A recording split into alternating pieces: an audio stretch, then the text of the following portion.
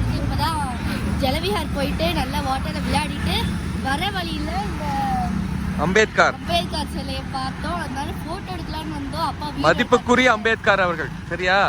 இவ்வளோ பெரிய statue, south இந்தியாவிலே பெரிய ஸ்டாச்சு இதுதான். ஆமா.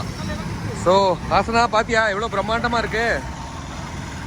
ஜலவிஹார் நல்லா இருந்ததா?